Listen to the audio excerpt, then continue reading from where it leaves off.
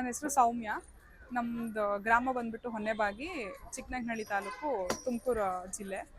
ಆ, ನಾನು MSc agriculture ಆಗಿರೋದು. ಬಟ್ ನಾವು ಬೆಳೀತಾ ಇರೋದು ಏನೇನು ನಾವು ಫಾರ್ಮಿಂಗ್ ಮಾಡ್ತಾ ಇದ್ದೀವಿ. ಸೊ ಹಂಗಾಗಿ ಅದರಲ್ಲಿ ಅಡಿಕೆ, ತೆಂಗು ಮತ್ತು ರಾಗಿ ನಮ್ಮದು ಪ್ರಮುಖ ಬೆಳೆಗಳಾಗಿರುತ್ತೆ. ಸೊ ಈಗ ಅದರಲ್ಲಿ ಏನಾದ್ರು ಮೌಲ್ಯವರ್ಧನೆ ಮಾಡಬೇಕು ಅಂತ ಥಿಂಕ್ ಮಾಡಿ ಒಂದಿಷ್ಟು ದೇಸಿ ಉಪಹಾರಗಳನ್ನ ತಂದಿದ್ದೀವಿ ಇವತ್ತು. ಯಾವ್ಯಾವುದು ಅಂತಂದರೆ ರಾಗಿ ಹಾಲ್ಬಾಯ್ ಅಂತ ಇದು ಯೂಶಲಿ ನಾವು ಶಿವರಾತ್ರಿ ಹಬ್ಬಕ್ಕೆ ದೇವರಿಗೆ ನೈವೇದ್ಯ ಮಾಡೋಕ್ಕೆ ಅಂತ ಮಾಡ್ತಾ ಇದ್ವಿ.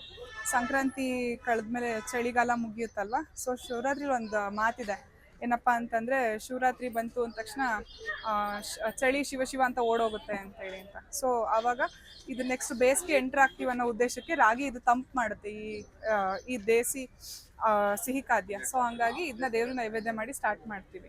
ಸೊ ಈ ರಾಗಿ ಹಾಲ್ಬಾಯ್ನ ಸ್ವಲ್ಪ ಪ್ರೊಸೀಜರ್ ಕಷ್ಟ ಮಾಡೋದು, ಬಟ್ ಹಾಗಾಗಿ ಎಲ್ಲ ಜನಗಳಿಗೂ ಇಂಟ್ರೊಡ್ಯೂಸ್ ಮಾಡೋಣ ಅಂತ ಇದು ಮಾಡಿದ್ವಿ.